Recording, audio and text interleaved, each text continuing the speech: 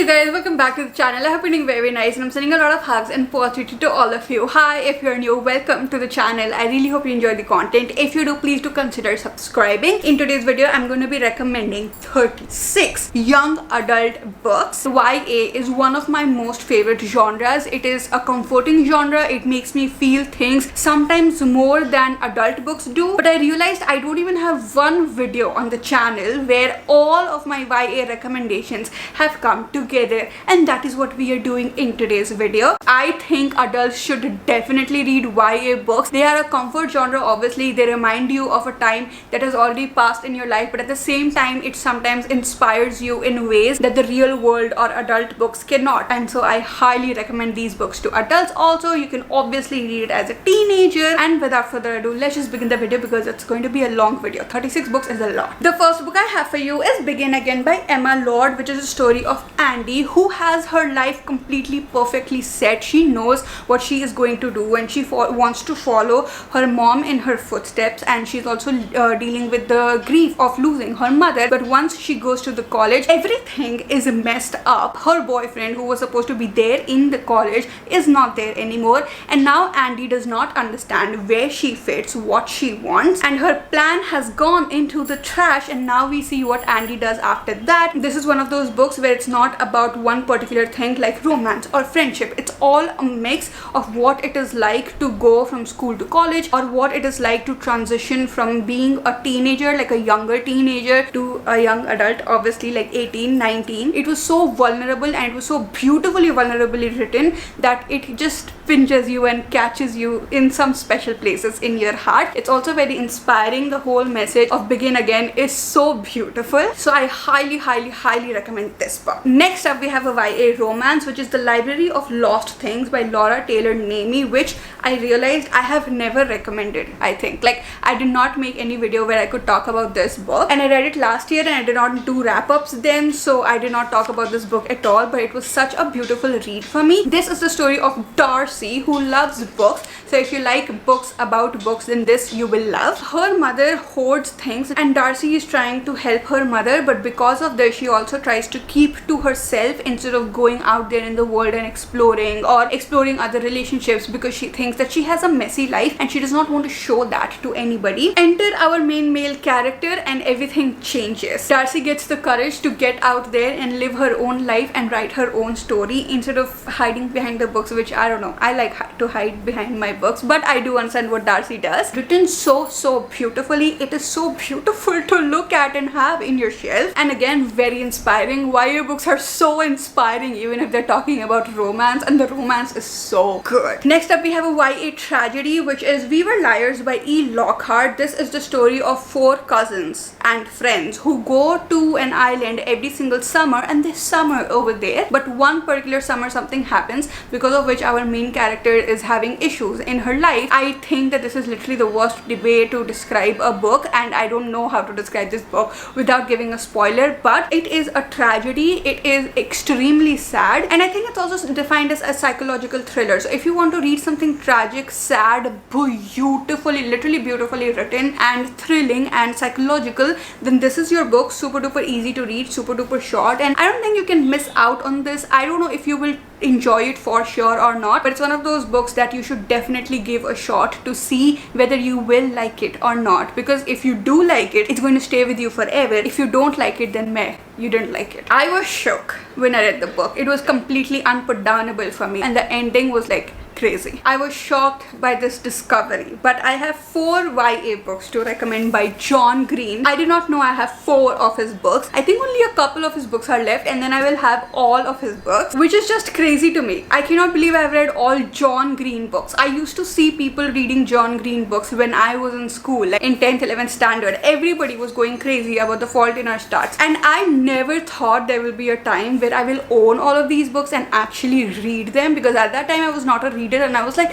what's the hype about? But look at me now. I have all 4 books and I love so many of them. First up, we have another tragedy, which is Fault in Our Stars. This is the story of 2 people who have cancer and they meet in a cancer support group and then they fall in love with each other and you see what happens with their love. Again, it is so sad, and yes, it was like extremely hyped, and I watched the movie first and I was not like the biggest fan of the movie. I was like, yeah, it's good, but when I read the book, it totally broke me. It is again very beautifully written. I love John Green's YA writing. He's able to depict the feelings of being a young adult in a way that I've not read in any other book. So intimate, so vulnerable, and this one is sad but so beautiful. So if you have never read it or never watched it, which I don't think that is possible, because there's a Bollywood movie, there's a Hollywood movie, there's a book, I mean, it's impossible to escape it. But by any chance, if you only watch the movies and you're like, oh, it was not worth the hype, do give the book a shot. Or if you have not done anything, I still do think you should give the book a shot. Next up, we have Looking for Alaska. This one is my least favorite by John Green. For anyone who likes the book, I'm sorry. This is a story of Miles whose life is not very happening, and he's attracted by this girl whose name is Alaska, and she is like this bright north star in his life. He is so fascinated by her, and Alaska has such like this mysterious, amazing vibes around her. The only reason I did not enjoy this book that much was because it was just too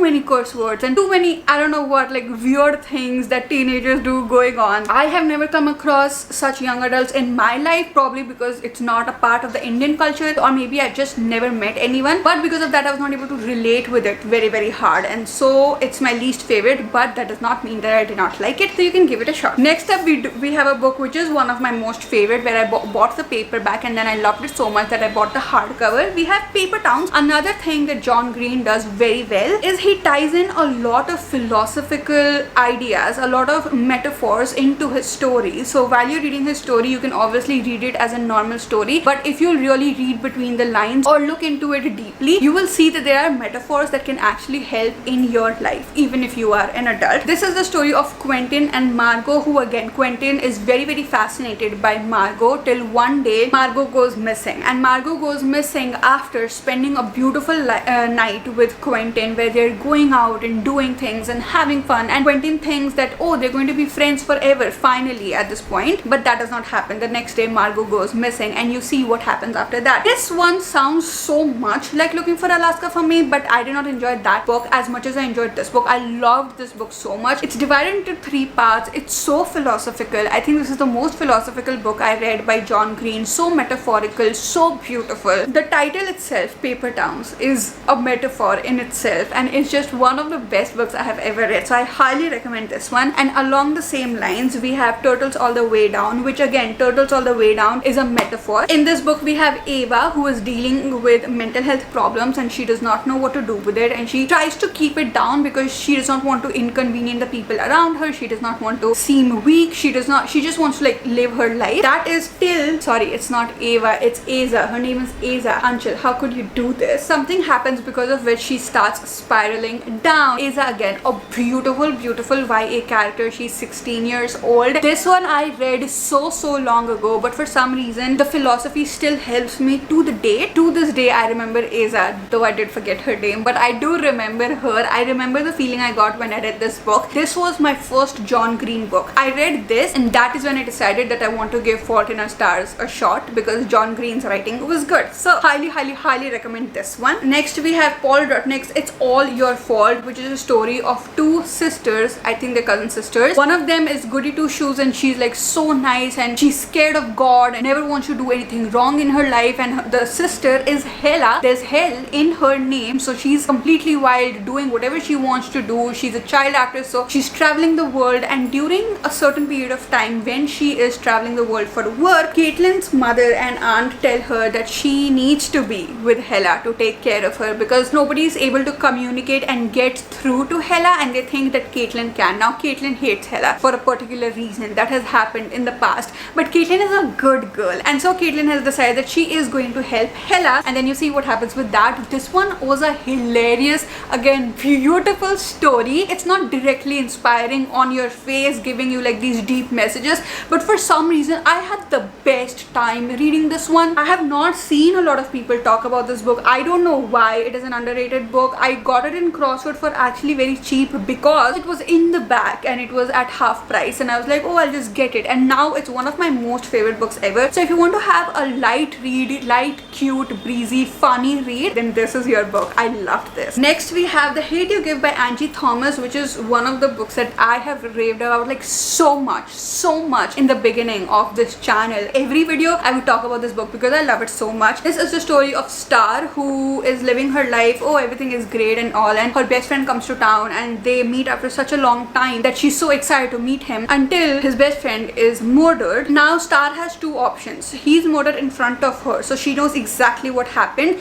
and she can just communicate that and tell people what exactly happened, but that would create a problem for Star's community, the black community that they live in. Or on the other hand, she could not say anything at all. She could save her community, but she's betraying her best friend who is now dead. So what is she going to do? That is how the book starts. This is literally the first 2 chapters of the book. I remember crying so much during this book. It is such a powerful book. I learned so much from this book. Themes of racism, political activism, what it is like to take a stand for yourself, what it is like to be stereotyped, and what it is like to use your voice for the things that you deserve. So good. All of that from a YA book, which means it's easy to read. It's a beautiful fiction story. This is not a non-fiction book. It's a fiction story. So you're enjoying a beautiful story and you're also learning so much and you're getting impacted so positively. So it is definitely a must read. Next we have another YA tragedy. I love YA tragedies also. Apparently we have If He Had Been With Me by Laura Nowlin, which I have read in a vlog, so I'll link that also below. Something really horrible happens to the main male character in the beginning of the book, which I'm not going to tell you what it is obviously, and then we go to the beginning of things and we see the relationship of the main male character and the main female character. It's a very day-to-day book because you're following Autumn's life in a very, what she's doing every day when she is in high school. She's young, and yeah, I mean, it gets a little immature or it gets a little bit juvenile, and for the first 100 pages I was not connected to the characters at all, but I do like reading YA books, so I was enjoying it a lot. Now after the 100 pages, as you go deeper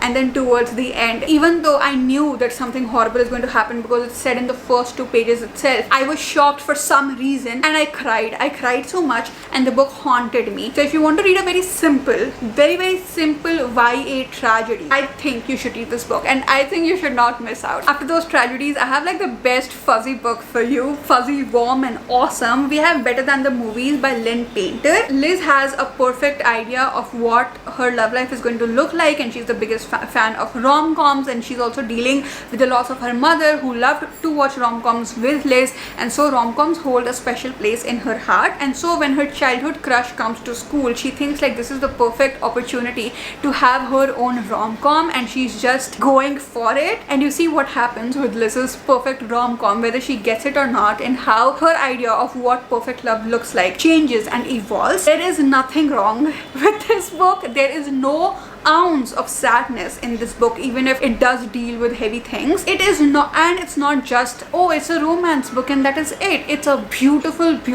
vulnerable story. I have never read a fuzzier book than this. Like literally in the entire pile, I can't think of any other book that is this warm and this cute and this fuzzy. There is no other book, so I highly recommend this one if you want to read a YA romance. Next up we have The Lines We Cross. The jacket of the book is not there, but this is the story of again 2 teenagers. These 2 characters come together in class and they start talking to each other, and the way they feel about each other evolves with time, only to come to a point where their ideologies and their beliefs and their families are so different from each other that they contradict each other, and they're not able to understand what they truly feel. What are their true beliefs? What do they really want from life? What lines are they willing to cross? I am a big fan of love changing people, not when one person is telling the other person to do something. I am so not up for that. If someone tells me to do something, I'm gonna say bye-bye to them, but just the presence of that person and how they look at the world, how it challenges you and how it gives you a fresh perspective towards things, and that is what the 2 characters do for each other in this book, and it is my favorite kind of love. And this one again I feel like is a little bit underrated because I don't see it in a lot of places, but it is a must read. Next up is my most favorite YA book at least of 2023. I bought the paperback version of this book also, and then I loved it so much. I spent so much money and I got the last hardcover that was available on Amazon. If you're watching this channel this year, you must know what this book is about, because I have not shut up about it. And if you have guessed it, put it in the comments. I'll give you a virtual hug. The book is Yes, No, Maybe So by Becky Albertalli. This is a story of James and Maya. James is this really shy guy and he has dreams, but his shyness is going to hold him back from it. And then we have Maya, who is dealing with the divorce of her parents, and she does not deal well with change. And they come together to canvas. They are going door to door to ask whether those people are going to say yes, no, or maybe so, whether they're going to vote for the senator that they're standing with or not. And it starts up in a way where they have different reasons to be with each other, but as you get deeper into the book, the reasons why they started canvassing changes, and they start truly believing in the thing that they're working for, and that evolution is beautiful. Their love is beautiful because it's more like friends, it's friends to lovers, and the side characters also are so beautiful. I love Jamie's sister so much. If you do know any book like this, recommend it in the comments. I do want to read it, but till then, this is highly recommended. Next up, we have the Heartstopper series, which I'm not going to talk a lot about because I've already talked about it so much and I read it in a vlog, so I'm going to link the vlog also in the description. But this is a very simple story of two boys that meet each other and fall in love, and it is so easy to just say that in one line and move on, because that is literally what the story is. But as you go deeper into it, you see them dealing with so many insecurities or so many internal struggles that they have, but then they support each other with those struggles as you move forward in the series. And it is literally one of the best, warmest books I've ever read. Again, it's a graphic novel, so obviously it's very easy to get through. I have only part 1 of this in hardcover, and I can't wait to get all of the other parts in hardcover because I just love it so much. It's very expensive, so I'll have to spend a lot of money for it, but I don't mind because it's one of those series that I want to collect and just look at them forever because of how special the characters are. Next, we have 2 books by one author, which is Mary H.K. Choi, Permanent Record and Emergency Contact. The reason I'm talking about both of them together is because the vibe is very similar in both of them. This is a story of Penny, who meets a guy while he is having a panic attack, and she takes care of him in that moment, and in that moment they share each other's contact and they become each other's emergency contact, and that is what it is about. And obviously we also have the individual storyline of both of the characters. It was a very warm and a very YA book. You know, the vibes that you get from a YA book where 2 characters are struggling with things but they come together and you get to see all of it. It also has dual POV, so that is amazing. I'm always up for that, and it's a beautiful book. And the same thing goes for Permanent Record, which again, 2 very different characters come together and you see what happens with that. I've not finished reading this book, but I did read around 100-150 pages, and from that I can say beautiful YA book. I wouldn't tell you to put these high on priority when it comes to YA reading, but if you do want vulnerable YA romances that deals with mental health and other themes, then these are your books. Mental health is actually a very prominent theme in both of these books, which is what actually connected me to the book in a way that no other book has. That was a special thing about these books. Next is another book that I don't highly recommend, but you can definitely read it if you want to, which is We Are Inevitable by Gail Foreman, which I have recently read. This is the story of Aaron, who is trying to save his bookshop and everything is going wrong and he has completely lost hope for everything. That is when Hannah enters his life and he feels like this is completely inevitable. There was no way that they would not come together with each other. The premise is so beautiful, and I must admit that for the first 100 pages the writing also was so beautiful. Also, books about books, always amazing. The vibes were so good. There were some quotes that were so philosophical and beautiful that I loved the book so much, but the romance really fell off in the second half of the book. So if you're not looking for a romantic book, even though it says that it's a romance, then you should definitely read this book, because the other characters and the entire story of how they are trying to save the bookstore, what happens with that, is so good. Next, we have Always the Almost by Edward Underhill, which is the story of Miles, who has recently discovered himself and he has come out as trans, queer, and his pronouns are now he, him, and he is happier than ever, but at at the same time he is more lost than ever because he is afraid of the way in which his parents and his friends and everybody looks at him now and how they are adjusting to this change, why he does the things that he does and who he is on the inside. A very, very, very beautiful story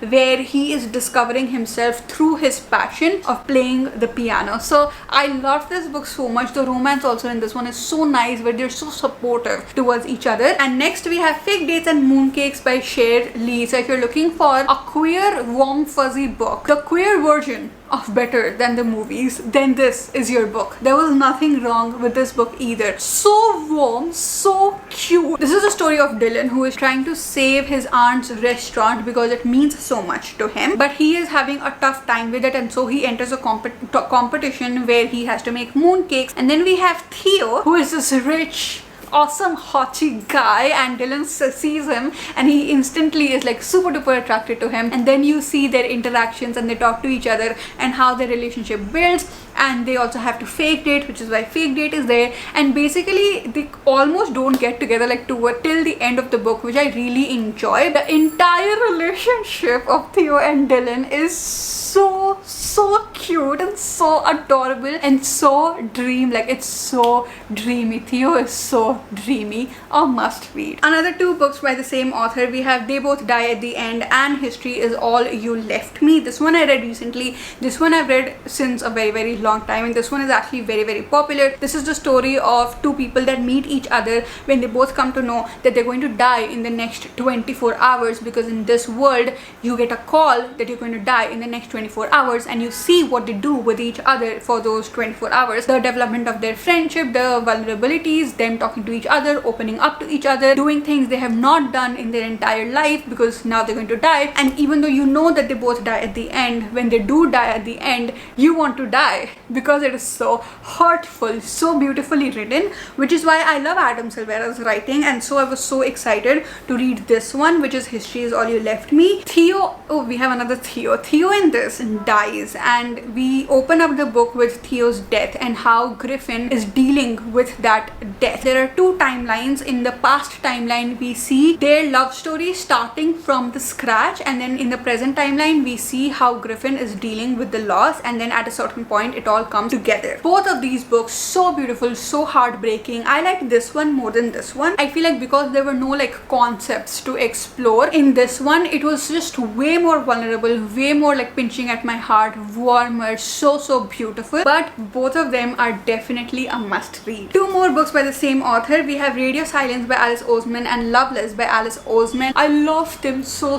much. Radio Silence is the story of Frances, who again has her life completely figured out what she's going to do in her life, but when she meets the creator of her favorite podcast, everything shifts in her life, and then you get to see how she's adjusting with all of that. It is a story of friendship, it's a story of exploring sexuality, it is a story of other relationships and what love is like, and how it is when you're feeling lost in your teenage, and basically what it is like totally to be a teenager. It was so insanely relatable, even though I was not a teenager when I was reading this one, and so beautiful. It's a must read, especially if you're a teenager. And then we have Loveless, which is the story of Georgia, who is fascinated by the idea of love, and she wants love in her life, but for some reason it's more difficult for her to fall in love compared to everybody around her. I do like this one more than this one. This one was very good when it comes to the themes that are explored, and it was done in a beautiful way, and it was warm obviously, but it was just not Alice Oseman level warm like Heartstopper or like Radio Silence. Next we have The Giver by Lois Lowry, which is YA dystopian. Now in this world there are no emotions, no art, no music, nothing, but then someone becomes the receiver of memory every single year, and the main character of this book becomes the receiver of memory,